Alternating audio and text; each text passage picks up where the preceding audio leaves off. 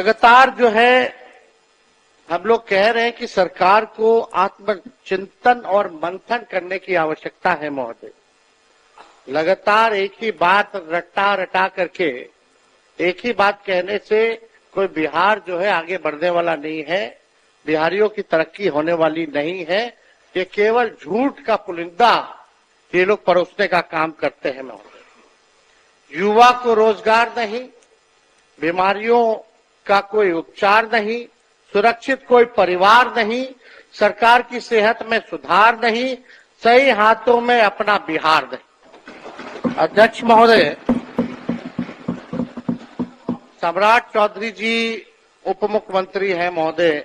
जब हमने राज्यपाल के अभिभाषण पे चर्चा करते वक्त हमने आंकड़े रखे थे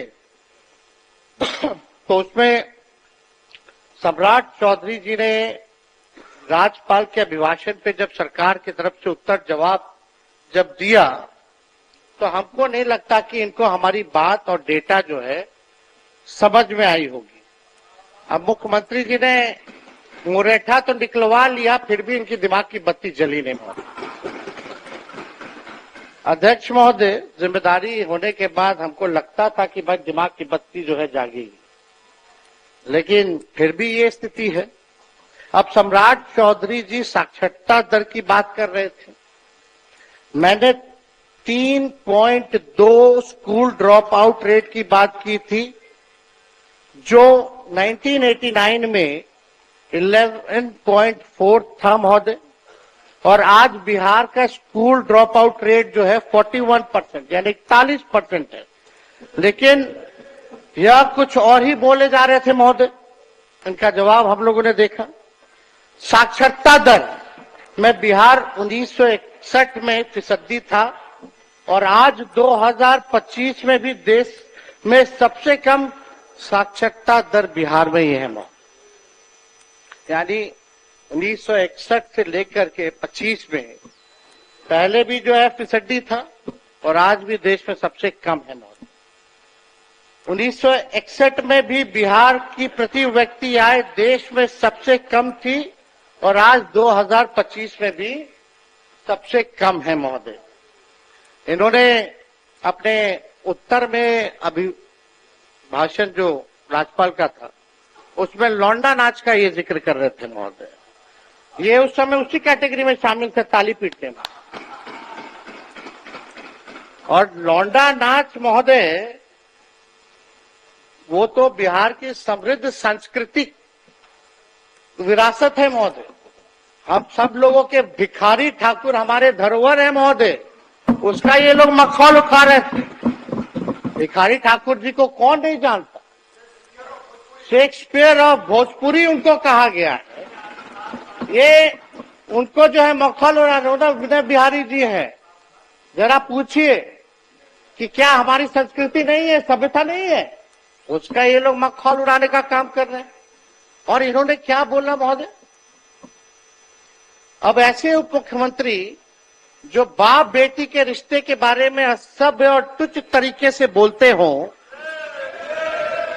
हमारे पिता और हमारी बहन जिन्होंने किडनी दिया उनके बारे में उन्होंने क्या बयान दिया कि टिकट के लिए जो है किडनी दिया। इस तरह का छोटी सोच की मानसिकता के लोगों से महोदय क्या उम्मीद की जा सकती है? ऐसे लोग हर चीज में जात धर्म जोड़ते हैं महोदय, जनता द्वारा रिजेक्टेड है और लोग सेलेक्टिवली अपराधियों की भी जाति गिन रहे हैं महोदय। कुछ दिन पहले इनका हमने बयान देखा, अपराध हुआ, घटना हुई तो एक पर्टिकुलर जाति से इन्होंने जोड़ा कि फल्ला जात के लोग जो है कर रहे हैं महोदय। अब अपराधियों की कोई जाति या धर्म नहीं होता है महोदय। अगर इतना ही शौक है इनको जाति ढूंढने का तो अपने गृह मंत्रालय में ऑर्डर दे दीजिए डीजीपी को कि कौन किसको मार रहा है, क्या मार रहा है, नहीं मार रहा, अपराध कौन कर रहा है, उसकी भी जाति का भी ब्यौरा दे, जुड़वा दीजिए वो कैटेगरी। अगर जाति ही के बारे में आप जो है किसी एक जात को लेकर के जो आप कहिएगा महोदय, और जो अपराधी किस्म का लोग होता है वहां तो शादी ब्याह भी नहीं हो करता है, लोग कोई नहीं करता है शादी ब्याह। बिहार सरकार को चाहिए कि हर अपराध पर अब मरने वाले पीड़ित की भी और मारने वाले हत्यारे की जाति सार्वजनिक करें महोदय, पता चल जाएगा। जरा जाने, अगर आप उसी सोच के हिसाब से अगर आप देखने का काम करते हैं महोदय। बीजेपी के लोग जो है बार बार जो है टिक्का टिप्पणी करते रहते हैं। आप लोग तो पिछलगुए बन करके रहिएगा, आप लोगों के पास तो कोई चेहरा नहीं है, लटकने बन के रहिएगा। अटल जी का तो सपना आप लोग लायक नहीं है कि पूरा कर दे। अगर है तो एक बार कभी कभी अकेले अकेले लड़ लिया जाए चुनाव, हम भी अकेले लड़ ले, देख लिया जाएगा कि किसमें किसका कितना जनाधार है, किसमें कितना दम है, जनता किसके साथ है।